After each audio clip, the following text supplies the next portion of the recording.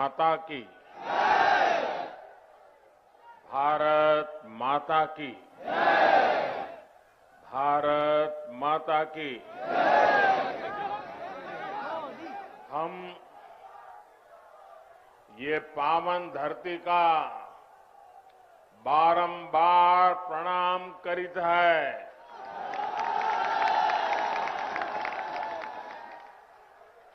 आज हमें आदि शक्ति मां पाटेश्वरी की पावन धरती और छोटी काशी के नाम से विख्यात बलरामपुर की धरती पर फिर आवे के मौका मिला।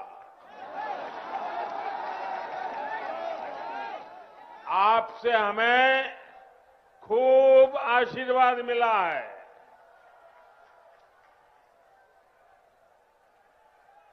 यूपी की राज्यपाल श्रीमती आनंदीबेन, यूपी के ऊर्जावान, कर्मठ, लोकप्रिय मुख्यमंत्री योगी आदित्यनाथ जी, उप मुख्यमंत्री श्रीमान केशव प्रसाद मौर्य जी, केंद्रीय मंत्री गजेंद्र सिंह शेखावत, कौशल किशोर जी, राज्य सरकार में मंत्री महेंद्र सिंह, रमापति शास्त्री, मुकुट बिहारी वर्मा, ब्रजेश पाठक, आशुतोष टंडन, बलदेव ओलाद जी, श्री पलटूराम जी, मंच पर उपस्थित सभी संसद के मेरे साथीगण, सभी आदरणीय विधायकगण, जिला पंचायतों के सदस्य और मेरे प्यारे भाइयों और बहनों,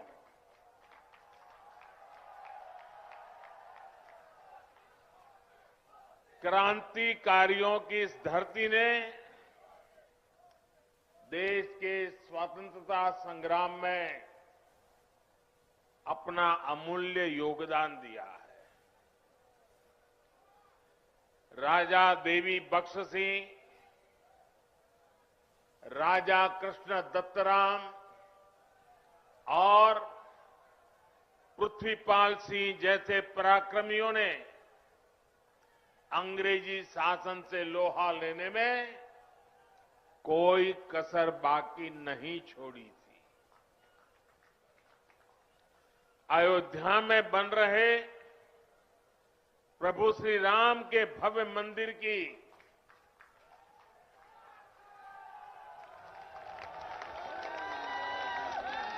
जब जब बात होगी, बलरामपुर रियासत के महाराजा पाटेश्वरी प्रसाद सिंह के योगदान का उल्लेख जरूर होगा। बलरामपुर के लोग तो इतने पारखी है कि उन्होंने नानाजी देशमुख और अटल बिहारी वाजपेयी के रूप में दो भारत रत्नों को गढ़ा है, उन्हें संवारा है। साथियों, राष्ट्र निर्माताओं और राष्ट्र रक्षकों की इस धरती से मैं आज देश के उन सभी वीर योद्धाओं को भी श्रद्धांजलि दे रहा हूं जिनका 8 दिसंबर को हेलीकॉप्टर हादसे में निधन हो गया। भारत के पहले chief of defence staff general Bipin Rawat ji का जाना हर भारत प्रेमी के लिए, हर राष्ट्र भक्त के लिए बहुत बड़ी क्षति है। जनरल बिपिन रावत जी जितने जांबाज थे, देश की सेनाओं को आत्मनिर्भर बनाने के लिए जितनी मेहनत करते थे, पूरा देश उसका साक्षी रहा है। एक सैनिक सिर्फ उसी समय तक सैनिक नहीं रहता जितने दिन वो सेना में रहता है। उसका पूरा जीवन एक योद्धा की तरह होता है। अनुशासन, देश की आन बान शान के लिए वो हर पल समर्पित होता है। गीता में कहा गया है, नैनम छिदन्ति शस्त्राणि नैनम दहति पावकः, ना शस्त्र उसे छिन्न भिन्न कर सकते हैं, ना अग्नि उसे जला सकती है। जनरल बिपिन रावत आने वाले दिनों में अपने भारत को नए संकल्पों के साथ वे जहां होंगे वहां से भारत को आगे बढ़ते हुए देखेंगे। देश की सीमाओं की सुरक्षा बढ़ाने का काम, बॉर्डर इंफ्रास्ट्रक्चर को मजबूत करने का काम, देश की सेनाओं को आत्मनिर्भर बनाने का अभियान, तीनों सेनाओं में तालमेल सुदृढ़ करने का अभियान, ऐसे अनेक काम तेजी से आगे बढ़ता रहेगा। भारत दुख में है, लेकिन दर्द सहते हुए भी हम ना अपनी गति रोकते हैं और ना ही हमारी प्रगति। भारत रुकेगा नहीं, भारत थमेगा नहीं। हम भारतीय मिलकर और मेहनत करेंगे। देश के भीतर और देश के बाहर बैठी हर चुनौती का मुकाबला करेंगे। भारत को और शक्तिशाली और समृद्ध बनाएंगे। साथियों, यूपी के सपूत देवरिया के रहने वाले ग्रुप कैप्टन वरुण सिंह जी का जीवन बचाने के लिए डॉक्टर जी जान से लगे हुए हैं। मैं मां पाटेश्वरी से उनके जीवन की रक्षा की प्रार्थना करता हूं। देश आज वरुण सिंह जी के परिवार के साथ है। जिन वीरों को हमने खोया है, उनके परिवारों के साथ है। भाइयों और बहनों, राष्ट्र प्रथम की भावना को सर्वोपरि रखते हुए देश आज हर वो काम कर रहा है जो 21वीं सदी में हमें नई ऊंचाई पर ले जाए।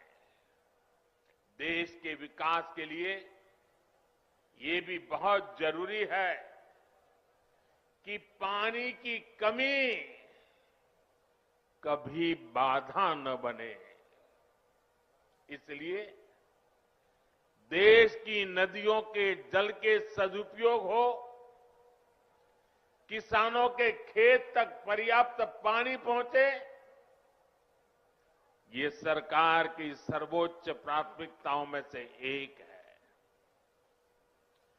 सरयू नहर राष्ट्रीय परियोजना का पूरा होना इस बात का सबूत है कि जब सोच ईमानदार होती है तो काम भी दमदार होता है।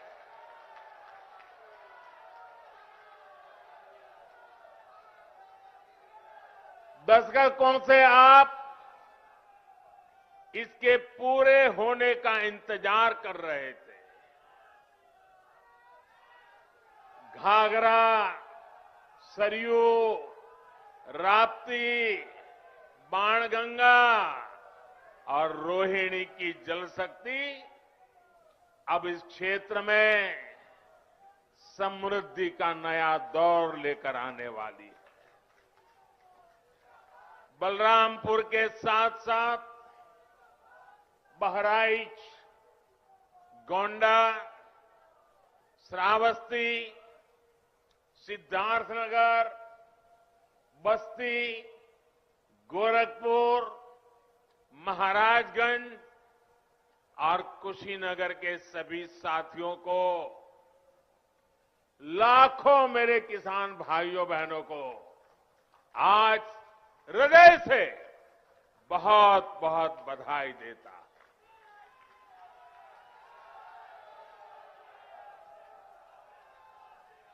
बारिश के मौसम में इस क्षेत्र में जो परेशानियां आती हैं उनका हल निकालने में इससे मदद मिलेगी।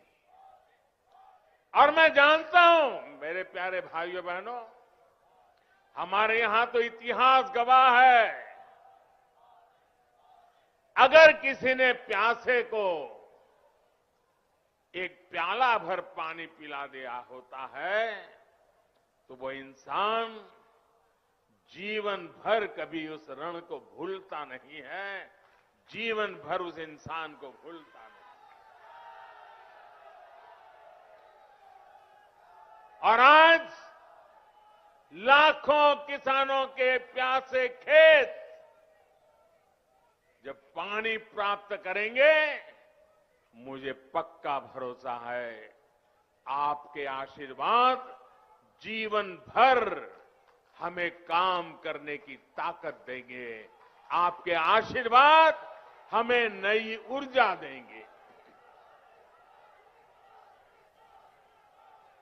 भाइयों बहनों, आज मैं ये भी कहना चाहूंगा, विशेष रूप से वो किसान जिनके पास 2 हेक्टेयर से कम भूमि है, उनके लिए सिंचाई की ये व्यवस्था जीवन बदलने वाली होती है। जैसे कोई व्यक्ति मृत्युशैया पर पड़ा हो,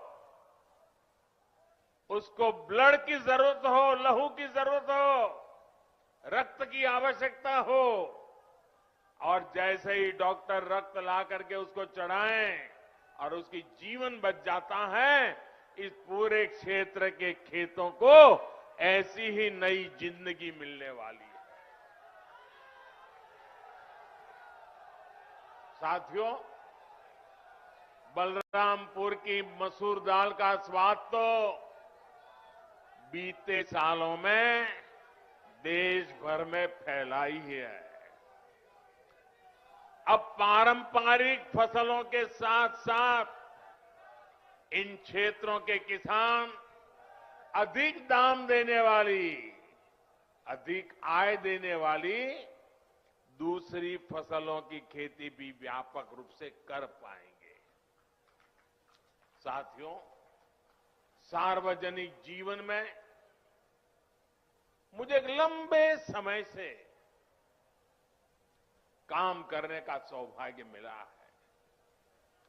मैंने पहले की कितनी ही सरकारें देखी है, उनका कामकाज भी देखा है। इस लंबे कालखंड में जो मुझे सबसे अधिक अखरा, जिससे मुझे सबसे ज्यादा पीड़ा हुई है, वो है देश के धन, देश के समय और देश के संसाधनों का दुरुपयोग, उसका अपमान। सरकारी पैसे हैं तो मुझे क्या, मेरा क्या, ये तो सरकारी है। ये सोच देश के संतुलित और संपूर्ण विकास में सबसे बड़ी रुकावट बन गई है। इसी सोच ने सरयू नहर परियोजना को लटकाया भी भटकाया भी। आज से करीब 50 साल पहले इस पर काम शुरू हुआ था। आप सोचिए 50 साल के बाद आज इसका काम पूरा हो रहा है। जब इस परियोजना पर काम शुरू हुआ था, ये सिर्फ यहां के नागरिक नहीं, देश के नागरिक भी इस बात को समझे, हिंदुस्तान का हर नागरिक समझे, हिंदुस्तान का मेरा नौजवान समझे, जो अपने उज्जवल भविष्य की कामना करता है, वो मेरा देश का हर नौजवान समझे।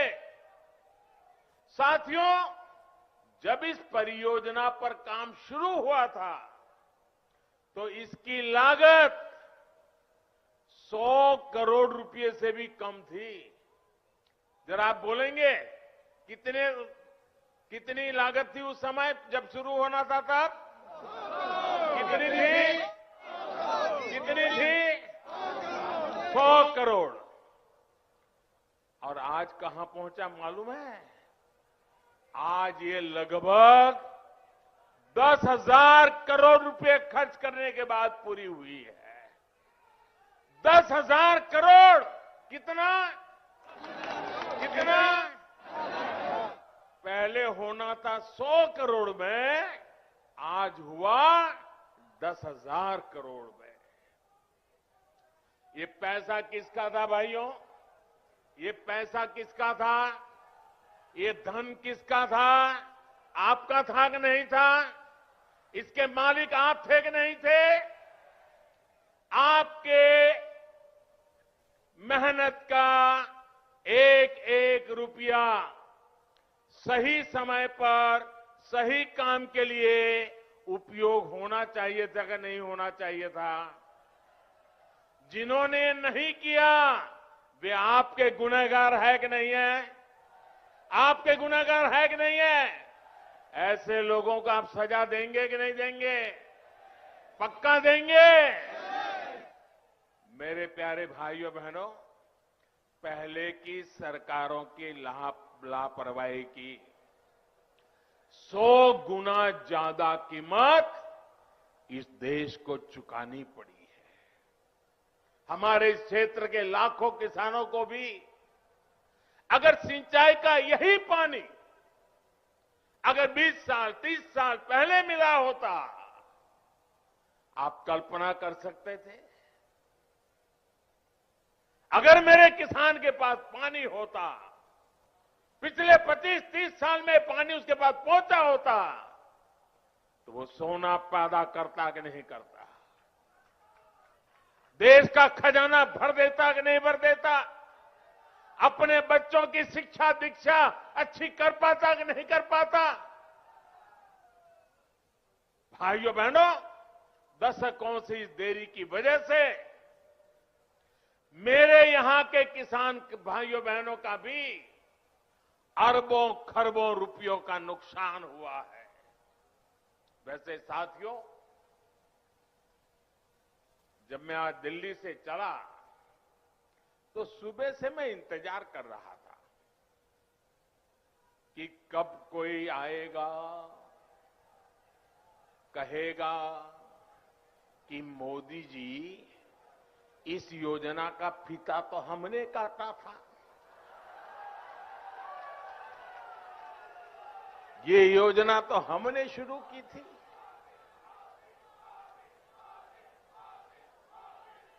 कुछ लोग हैं जिनकी आदत है ऐसा कहने की। हो सकता है बचपन में इस योजना का फीता भी उन्होंने ही काटा हो। साथियों, कुछ लोगों की प्राथमिकता फीता काटना है,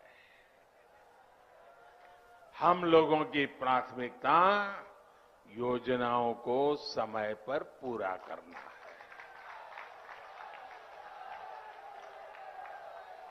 2014 में जब मैं सरकार में आया था तो ये देखकर हैरान था कि देश में सिंचाई की 99 बड़ी परियोजनाएं, 99 परियोजनाएं जो देश के अलग अलग कोनों में दशकों से अधूरी पड़ी है।